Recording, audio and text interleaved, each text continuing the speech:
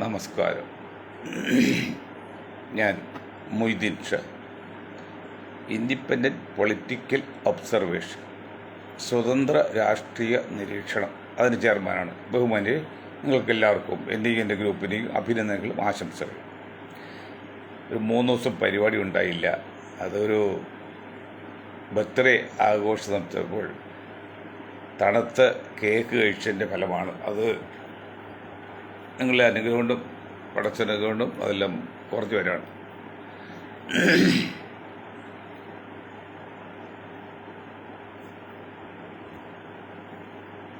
രാജീവ് ഗാന്ധി എല്ലാവർക്കും അറിയാം. കേരളത്തിൽ പ്രേം നസീറും ഇന്ത്യയിൽ രാജീവ് ഗാന്ധിയും ഓർക്കാത്ത ഒരൊറ്റ സ്ത്രീയും ഉണ്ടാവില്ല.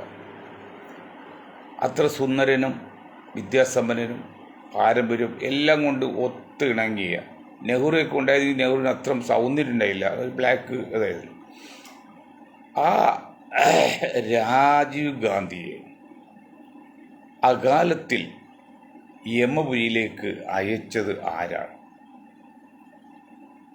ആരായിരുന്നു രാജീവ് ഗാന്ധി? ഇന്ദിരാഗാന്ധിയുടെ മരണശേഷം രാജീവ് ഗാന്ധി സാന്ദർഭികമായിട്ട് അല്ലെങ്കിൽ സന്ദർഭവശാൽ പ്രധാനമന്ത്രിയായി. വലിയ പരിചയമില്ലാത്ത ആളായിരുന്നു.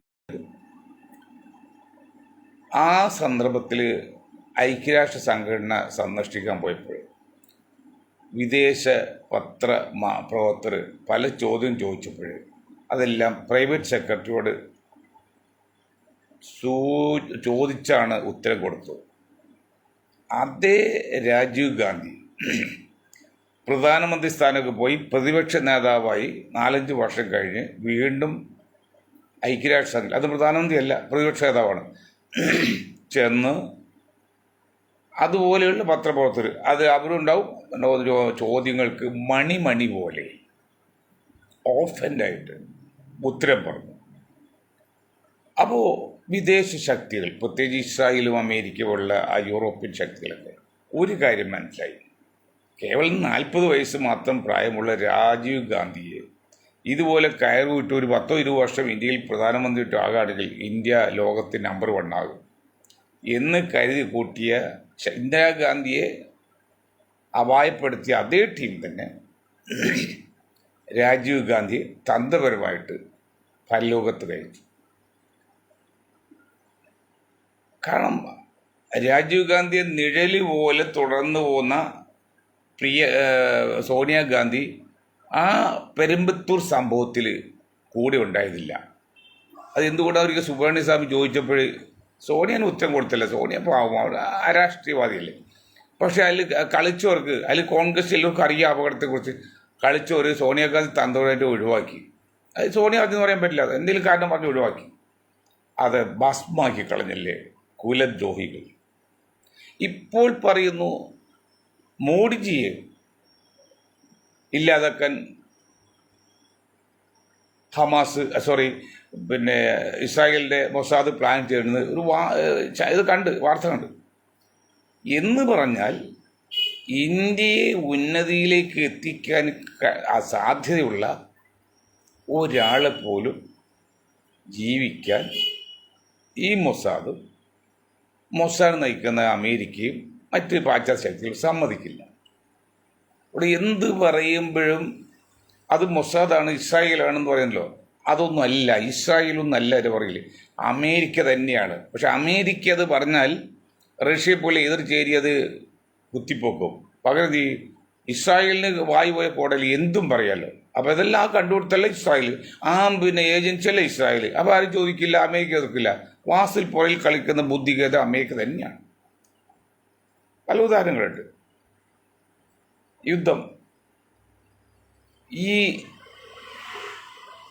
മനുഷ്യ മൃഗ ദുഷ്ടന്മാർ ലോകത്തെ നേതാക്കളെ കുറിച്ച് പറഞ്ഞത്, അവരിതാ ഭൂമിയെ ഇല്ലാതാക്കാൻ പോവാണ്, ഇല്ലാതായ തീരൂ. അത് എല്ലാ കളികളും ഒത്തുവന്നുണ്ട്. ഇനി അണ്വായുധം ആര് പ്രയോഗിക്കുന്ന മാത്രമേ ഉള്ളൂ. ആരാദ്യം പ്രയോഗിക്കുന്ന അവൻ രക്ഷപ്പെടുമെന്നാണ്. ആരും രക്ഷപ്പെടില്ല, അത് വേറെ കാര്യം. കാരണം വെറുതെ പറഞ്ഞ് ഇസ്രായേൽ എന്ന ആ നികൃഷ്ട ജീവിയെ, നികൃഷ്ട രാഷ്ട്രത്തെ അങ്ങനെ പറയുന്നത്. ഇന്ത്യയിൽ പലരും അതിനെ പൊക്കി പറയുന്നുണ്ട്. ഹമാസിനെയും പലസ്തീനും വേണ്ടി വാദിക്കുന്നവരുണ്ട്. ഇത് രണ്ടിൽ നിന്നും വലിയ കാര്യമില്ല. പലസ്തീൻ എന്നൊരു യാഥാർത്ഥ്യമാണ്, സമ്മതിച്ചു, അത് നിലനിൽക്കേണ്ടതാണ്. ഇസ്രായേൽ യാഥാർത്ഥ്യം, അത് നിലനിൽക്കേണ്ടതാണ്. പക്ഷെ കാട്ടിക്കൂട്ടിയ വിക്രിയകൾ, ഒരു കാര്യം മനസ്സിലാക്കുക. ഇന്നലെ ലെബനോണിൽ നിന്നൊക്കെ വന്ന 100 മിസൈൽ 90 ഇസ്രായേലിൻ്റെ ഡോൺ സമ്പ്രദായം നശിപ്പിച്ചല്ലോ. എൻ്റെ ഒക്ടോബർ 7-ാം തീയതി ഒരു പാട്ട് യന്ത്രമായിട്ട് ഇസ്രായേൽ കയറി 1000 ആൾക്കാരെ കൊന്ന് 10-200 പേരെ ബന്ദികളാക്കി. അപ്പോൾ നിങ്ങൾക്കറിയില്ലേ, അവിടെ അവരുടെ കമ്മ്യൂണിക്കേഷൻ മൊത്തത്തിൽ ഓഫായിരുന്നു. Communication വിങ്ങിൻ്റെ room പൂട്ടിയിട്ടുണ്ടായില്ല, തുറന്നിട്ടേക്കായിരുന്നു, ഓഫാക്കിക്കൊണ്ട്. കാരണം ഇവരെ അങ്ങോട്ട് കടത്തി കുറേ നാശം വരുത്തുമ്പോൾ ഇസ്രായേലിന് ഫലസ്തീനും തദ്വാരം ലെബനോണിലും പിന്നെ മറ്റെല്ലാം കയറി വരാനുള്ള ഒരു സാഹചര്യം ഒരുക്കും. പ്രിപ്പറേഷൻ, അധ്യാപകർ ക്ലാസ്സിലൊക്കെ പ്രിപ്പയർ ചെയ്യുന്ന പോലെ ചെയ്തെടുക്കും. അതല്ല നമ്മൾ കണ്ടത്. അതിനു മുൻപും ഇസ്രായേലിൽ കിടക്കാൻ പറ്റില്ല, അതിനുശേഷം പറ്റില്ല. ആ ഒരു ദിവസം മാത്രം രാവിലെ 2-3 മണിക്കൂർ കരുതി കൂട്ടി ഇസ്രായേലിൻ്റെ എല്ലാ ടെലികമ്മ്യൂണിക്കേഷൻ പ്രവർത്തനങ്ങളും ഓഫ് ചെയ്തിട്ട് റൂം തുറന്നിട്ട്. കണ്ടല്ലേ, ഞാൻ പറഞ്ഞല്ലേ, നിങ്ങൾ കണ്ടല്ലേ അത്. അപ്പോൾ ഇതിൻ്റെയൊക്കെ പിന്നിൽ കളിക്കുന്നത് ചില ദുഷ്ടശക്തികളാണ്, ചില മനുഷ്യദ്രോഹികളാണ്, മനുഷ്യകുലത്തെ നശിപ്പിക്കുന്ന ഭീകരന്മാരുള്ള തീവ്രവാദികളുമല്ല, കൊള്ളരാത്തവരാണ്. കാരണം എത്ര മനുഷ്യനാണ് കൊല്ലുന്നത്, എത്ര ആൾക്കാരെയാണ് ഇങ്ങനെ കൊല്ലുന്നത്. ആര് മരിച്ചാലും മനുഷ്യനല്ലേ. ഇന്നിപ്പോൾ ഈ കേരളത്തിലെ ഒരു സംഘടന ഖാസയാണെന്ന് തോന്നുന്നു ചോദിച്ചോ, വെറുതെ ഉറങ്ങിയിരുന്ന ഇസ്രായേലിലേക്ക് കഴിഞ്ഞ 1 വർഷമായി ലെബനോണിൽ നിന്ന്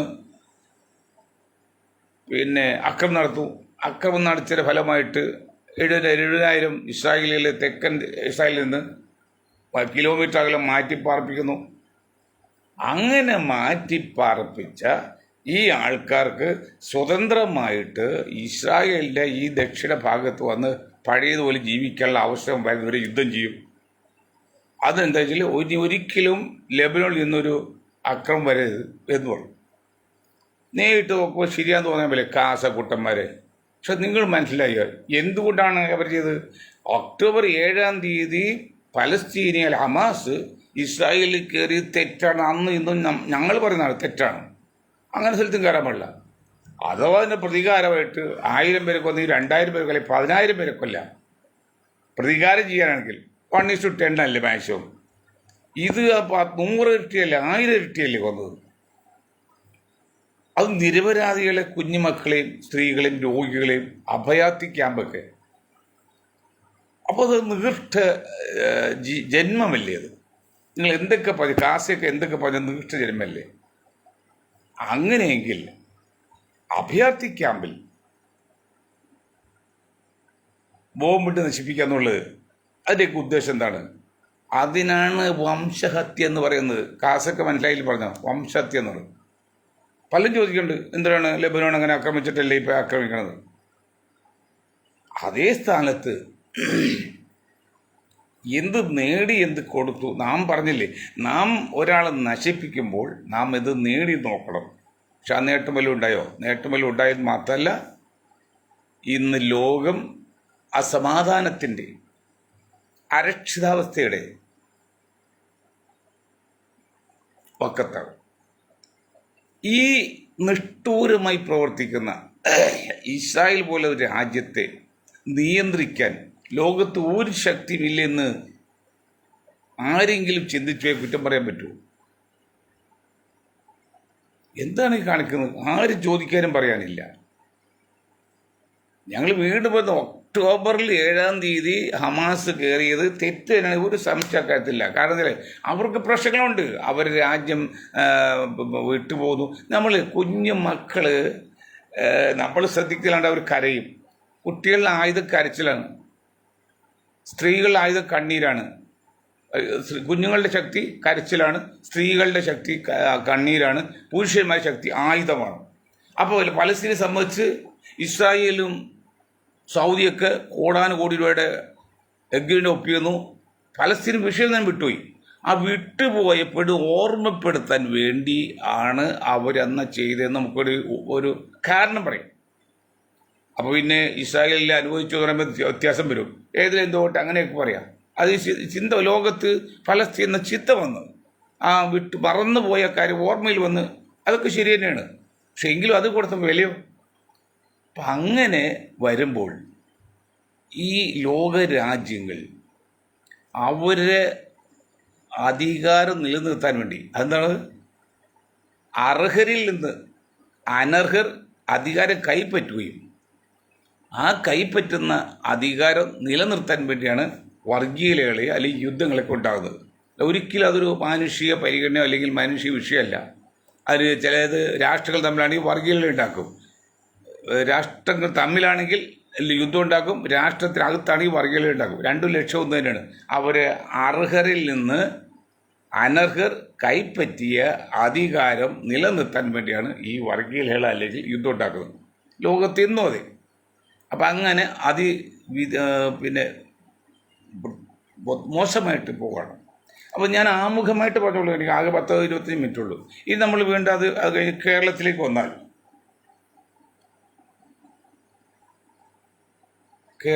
വന്നാൽ പിന്നെ അൻവറിൻ്റെ പ്രവൃത്തി അതിൽ നല്ലതുകൊണ്ട് ചീത്തയുണ്ടാവും. എല്ലാം നല്ലതും പറയാൻ പറ്റുന്നില്ല. അൻവർ അത്ര വലിയ ഒരു പാണ്ഡിത്യമുള്ള രാഷ്ട്രീയ നേതാവൊന്നുമല്ല. പക്ഷേ കമ്മ്യൂണിസ്റ്റ് പാർട്ടി, ഇനി ഒരു കാര്യം മനസ്സിലാക്കണം, കമ്മ്യൂണിസ്റ്റ് പാർട്ടി ലോകത്ത് ആവശ്യമാണ്, ഇന്ത്യയിൽ ആവശ്യമാണ്, കേരളത്തിൽ ആവശ്യമാണ്. കേരളത്തിൽ അനാചാരങ്ങൾക്കും അനീതിക്കും അക്രമത്തിനുമൊക്കെ ഒരു പരിധിവരെ തല്ല് കൊണ്ടും കൊടുത്തും നിലനിർത്തിയത് സഖാക്കളാണ്. ആ സഖാക്കളുടെ പാർട്ടിയെ നശിപ്പിക്കാൻ പെട്ടെന്ന് സാധിക്കും. നാട്ടുപൂച്ചയും കാട്ടുപൂച്ചയായിട്ട് മമ്പിളി തറവാട് നശിപ്പിച്ചു എന്നൊരു പഴഞ്ചൊല്ലുണ്ട്. അതുപോലെ അൻവറാണെങ്കിലും പിണറായി സഖാണെങ്കിലും മറ്റ് സഖാക്കളാണെങ്കിലും പാർട്ടി നശിപ്പിക്കാൻ എളുപ്പം സാധിക്കും, പിന്നെ ഉണ്ടാക്കാൻ പറ്റില്ല. അതന്നെ ഒരു വശം. മറുവശം വിരണ്ടോടിയ, ഞാൻ പല പ്രാവശ്യം പറഞ്ഞുകൊണ്ടാണ്, വിരണ്ടോടിയ ആനയെ ഉത്സവത്തിൽ വന്ന ആനയെ വെടിവെച്ച് കൊന്ന റിട്ടയേർഡ് പട്ടാളക്കാരന് സമ്മാനം കൊടുക്കുന്ന യോഗത്തിൽ പ്രസംഗിച്ചപ്പോൾ അതിനെക്കുറിച്ച് നമ്മുടെ വൈലോപ്പിള്ളി ശ്രീധരമേനോൻ അദ്ദേഹം 50-60 വർഷം മുൻപ് ചോദിച്ചു, എന്തുകൊണ്ട് ആന ഓടിയെന്ന് ആരും ചിന്തിച്ചില്ല. നല്ല ചോദ്യമല്ലേ. 60 വർഷം മുമ്പുള്ള പിന്നെ ശാസ്ത്രമാണ്, ഇന്നത്തെ അല്ല. അതിനുശേഷം ലോകം എത്രയോ പുരോഗമിച്ചു. അദ്ദേഹം പറഞ്ഞ ആ ചോദ്യം ഇന്നും ഉത്തരവില്ല. എന്തുകൊണ്ട് ആന ഓടി? ആന ഓടി എന്ന് പറഞ്ഞാൽ ആനയെ സംബന്ധിച്ച് രാവിലെ മുതൽ സന്ധ്യ മുതൽ വെളുക്കുന്നവരും എഴുന്നള്ളിപ്പാണ്. വേണ്ടത്ര വിശ്രമമില്ല, വേണ്ടത്ര ഭക്ഷണമില്ല, ഭക്ഷണത്തിൽ കൂടെ വെള്ളം ഉണ്ടാവില്ല. അങ്ങനെ കഷ്ടപ്പെട്ട് ആന വെളുപ്പം കാലത്ത് ആനക്കാരൻ കൊടുന്ന് അമ്പലപ്പറമ്പിൽ വൻ മരക്ഷത്തിൽ തളക്കാൻ വേണ്ടിയിട്ട് ചങ്ങല ജോയിൻ ചെയ്യേണ്ട സമയത്താണ് വെടിപൊട്ടിയത്. ആ ആനക്കാരൻ പെട്ടെന്ന് പേടിച്ചു പോയി. ആനക്കാരൻ പോയി ചങ്ങലിടാൻ പറ്റില്ല, ആന ഓടിപ്പോയത് ആനയാണ്, പട്ടിയോ പൂച്ചയല്ല. അപ്പോൾ പല സ്റ്റാളുകളൊക്കെ ചില പോയി കാണും, ചിലർക്ക് പരിക്കും പറ്റി കാണും. പക്ഷെ അതുകൊണ്ട് ആന എന്ത് ചെയ്ത്? അപ്പോൾ അതുപോലെ എന്തുകൊണ്ടാണ് അൻവറിനെ പോലുള്ളവർ ഇങ്ങനെ പറയുന്നതെന്ന് ചിന്തിക്കാതെ ഉത്തരം കൊടുക്കാതെ നിൽക്കുന്ന ഇന്നത്തെ കമ്മ്യൂണിസ്റ്റ് പാർട്ടിയുടെ നേതൃത്വം അട്ടർലി ഫെയിലിയറിലാണ്. അവർ വലിയ വിലയാണ് കൊടുക്കുന്നത്. ഇത് മലപ്പുറം ജില്ലയിൽ സെക്രട്ടറി ആണെന്ന് ഞങ്ങൾ പാർട്ടി ശക്തി അൻവറിനെ കാണിച്ചു കൊടുക്കാമെന്ന് പറഞ്ഞു. അൻവറിനെ കാണിച്ചു, അൻവറിലൂടെ ആരാ ഒന്നുമില്ലെന്നേ. പക്ഷെ അൻവർ എന്തെങ്കിലും പറഞ്ഞിട്ടുണ്ടോ? അതെന്താണ്? അതിൻ്റെ കാരണം എന്താണ്? അതിന് പരിഹാരം കാണാൻ ഭരണകൂടം എന്നതിൽ പിണറായി സഖാവോ പാർട്ടിയിൽ CPIM മുന്നണി LDF ഉത്തരവാദിത്വം ഉണ്ടോ? ഉണ്ടെങ്കിൽ അത് നിർവഹിക്കുമോ? അത് നിർവഹിക്കുന്നുണ്ടോ? അതും ഒരു ഉത്തര ചോദ്യമല്ലേ. നമുക്ക് അന്ധമായിട്ട് അൻവറിന് സപ്പോർട്ടിന് കാര്യമൊന്നുമില്ല, അന്ധമായിട്ട് സഖാവിനെ എതിർക്കേണ്ട കാര്യമില്ല, അന്ധമായിട്ട് CPM LDF എതിർക്കേണ്ട കാര്യമില്ല. പക്ഷെ പ്രശ്നാധിഷ്ഠിതമാണ്, പ്രശ്നത്തിന് അധിഷ്ഠിതമാണ് കാര്യങ്ങൾ.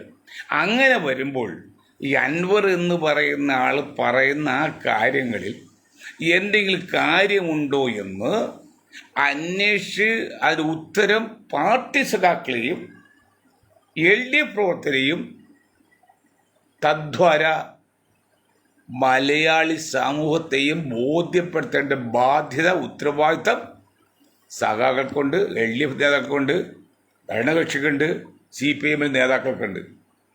ഇവിടെ അതല്ല കാണിച്ചിരിക്കുന്നത്. അൻവറിനെ ഇങ്ങനെ ഒതുക്കാം. അവിടെ രണ്ടുപേരും രക്ഷപ്പെട്ടു പറയാം. അൻവറും രക്ഷപ്പെട്ട് അൻവറിന് ഇനി വളയില്ലാതെ ചാടാം. CPM സംബന്ധിച്ച് LDF സംബന്ധിച്ച് അൻവർ LDF ഇട്ടു, CPM ഇട്ട്. അത് ഏതുപോലെ എന്നറിയോ?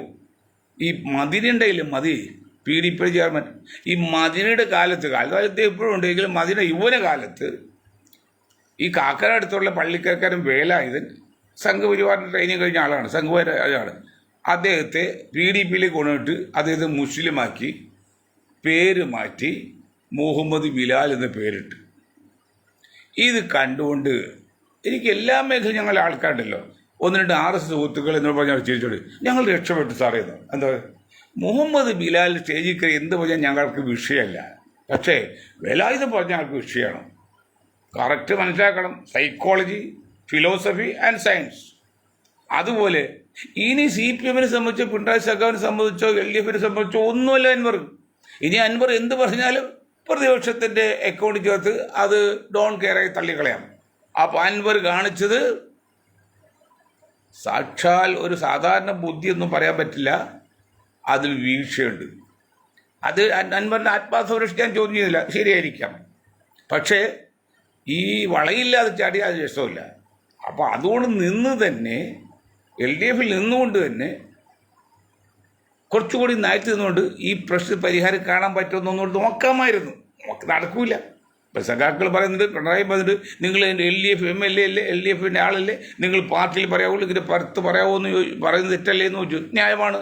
പക്ഷേ പറഞ്ഞിട്ട് കാര്യമില്ല. അപ്പോൾ അദ്ദേഹം പുറത്ത് പറഞ്ഞോളൂ ഒരു കാര്യം. ഇനിയിപ്പോൾ അൻവറിനെ ഒന്നാലും അൻവറിനകത്താക്കിയാലും അൻവർ പറഞ്ഞ തുറന്നുവിട്ട ഭൂതം അത് കേരളത്തിലെ പരമാവധി ജനങ്ങൾ കാണുകയും കേൾക്കുകയും ചെയ്തതിൻ്റെ ഫലമായിട്ട് ജനങ്ങളുടെ ഉള്ളിൽ ഒരു ഡൗട്ടുണ്ട്, ഇതാണോ കമ്മ്യൂണിസ്റ്റ് പാർട്ടി എന്ന്. മനസ്സിലായില്ലേ? ഇതാണോ കമ്മ്യൂണിസ്റ്റ് പാർട്ടി എന്ന്. അപ്പോൾ നാളെ നിങ്ങൾ തന്നെ പിണറായി സഖാവിനെ കുറ്റപ്പെടുത്തി. ഞാൻ പിണറായി സഖാവ് കുറ്റപ്പെടുത്താൻ നമ്മൾ കുറ്റപ്പെടുത്താൻ നമ്മളൊരിക്കലും നമ്മുടെ ശത്രുവല്ല, നമ്മൾ അതിൻ്റെ ഒത്തൊന്നും വരാൻ പോകുന്നില്ല. പിന്നെ അവിടെ അർത്ഥമില്ലാത്ത ഒരാൾ നമ്മളിതിനെ എതിർക്കുന്നത്. പക്ഷേ ജനങ്ങൾക്ക് വേണ്ടി, മലയാളികൾക്ക് വേണ്ടി, മാനവകുലത്തിന് വേണ്ടി കുറച്ച് സമാധാനവും അന്തസ്സും ഒക്കെ നിൽക്കണ്ടേ?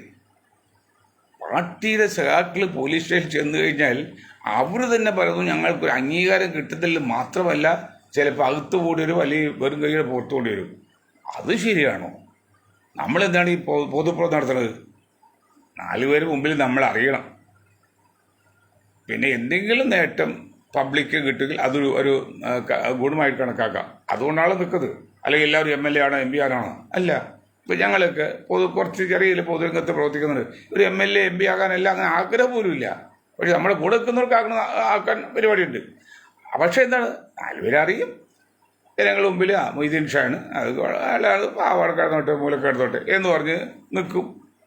പരിചയപ്പെടുത്തേണ്ട ആവശ്യമില്ല. അതാണ് മറ്റെല്ലാ സാധാരണക്കാരൊക്കെ ഉദ്ദേശിക്കുന്നത്. അപ്പം ആ നിലക്ക് അൻവർ ചെയ്തതിൽ എന്തുമാത്രം പ്രായോഗികമായിട്ട് ഉണ്ടെന്നും അതിലെന്തുകൊണ്ടാണ് സഖാക്കൾ അതിൽ ഇടപെടാത്തതെന്നും വളരെ വ്യത്യസ്തമാണ്.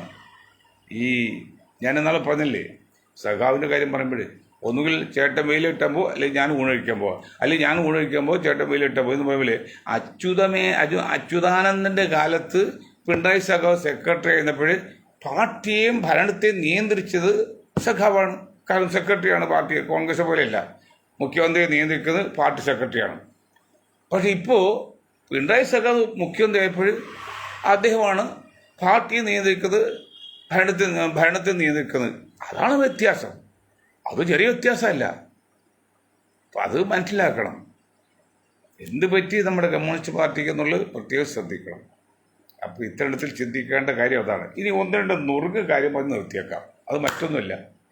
UP-ൽ വിവാഹം കഴിച്ച് 40 ദിവസം കഴിച്ചിട്ട് കുളിക്കാത്തതിൻ്റെ പേരിൽ ഡൈവോഴ്സ് ചെയ്യാനുള്ള ശ്രമത്തിലാണ് ഭാര്യ. അല്ല, ആഴ്ചയിൽ ദിവസം കുളിക്കുന്നുണ്ട്, പിന്നെ ആഴ്ചയിലേക്കും ഗംഗാജലം കൊണ്ട് തളിക്കുന്നുണ്ട്. അപ്പം അങ്ങനെ ശുദ്ധിയാകുമെന്നാണ് ഇയാൾ പറയുന്നത്. പക്ഷെ പെണ്ണുമ്പോൾ പറയുന്നത് പോലെ നാറിയിട്ട് അടുത്ത് കിടക്കാൻ പറ്റില്ലാതെ അങ്ങനെ ഡൈവോഴ്സിലാണ്. അപ്പം അറിയാമല്ലോ നിങ്ങളവർ. മറ്റൊന്ന് 1873 181 വർഷം മുൻപ് ട്രാം സർവീസ്, ഇവിടെ മലയാളികൾക്കൊന്നും പല പേര് കേട്ടെങ്കിലും അനുഭവിക്കാൻ സാധ്യത വളരെ കുറവാണ്. കൽക്കട്ട പോയ ട്രാം സർവീസിനല്ല, നമ്മൾ നടന്നു പോകുമ്പോൾ ഇങ്ങനെ ഒരു റെയിൽ പാലത്തെ ഇതിൽ കൂടി കറങ്ങാണ് സിറ്റി സർവീസ്, സിറ്റി കൂടെ. നമുക്ക് എവിടെ നിന്ന് കൈ കാണിച്ചാലും കയറി എവിടെ ഇറങ്ങാം, പ്രത്യേക സ്റ്റോപ്പൊന്നുമില്ല. അത് സാധാരണക്കാരനെ സംബന്ധിച്ച് വലിയൊരു അനുഗ്രഹമായിരുന്നു, പ്രത്യേകിച്ച് കൽക്കട്ടയെ പോലെ. കൽക്കട്ടയിൽ ഒരു തെരുവ്, ഒരു ഭാഗമാണ് സമ്പന്ന, ബാക്കിയെല്ലാം കംപ്ലീറ്റ് ഫെയിലിയറാണ്. അതായത് തെരുവ് ബോംബെക്കാൾ കഷ്ടമാണ്. പിന്നെ തെരുവോരം അല്ലെങ്കിൽ ഗല്ലിയൊക്കെയാണ്. അപ്പം അങ്ങനെയുള്ളവർക്ക് സാധാരണക്കാർക്ക് പോകാൻ എളുപ്പമായിരുന്നു. അതിപ്പോൾ ഇല്ലാതെയായി. രാഷ്ട്രത്തെ പുരോഗതി കാരണം ശരി അന്നൊന്നും ഇപ്പോൾ അത് പറ്റില്ലല്ലോ. ഇപ്പോൾ ആറ്റം യുഗം അല്ലെങ്കിൽ വിമാന യുഗത്തിൽ പോകുമ്പോൾ ഇതൊക്കെ പ്രായോഗികമല്ല എന്ന് പറഞ്ഞാൽ അത് നിർത്തി. അപ്പോൾ അതൊക്കെ നമ്മൾ ചെയ്യേണ്ടത് അങ്ങനെ ഒരു കാര്യം. പിന്നെ ഈ മുസ്ലിം സമുദായത്തിനെ കുറിച്ച് പറഞ്ഞാൽ അതിന് അവഗണന, അവോയ്ഡ് കേരളത്തിൽ പോലും വളരെ വലുതാണ് സുഹൃത്തുക്കളെ, പറയാതിരിക്കാൻ പറ്റില്ല. ഇത് ഇന്നൊരു പ്രസിദ്ധീകരണത്തിൽ കേരളത്തിൽ മുഖ്യമന്ത്രിമാരുടെ പേര് പറഞ്ഞിട്ടുണ്ട്.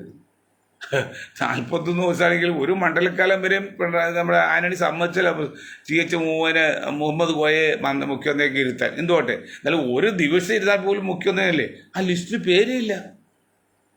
മനസ്സിലായില്ല, ആ ലിസ്റ്റിൽ പേരേ ഇല്ല.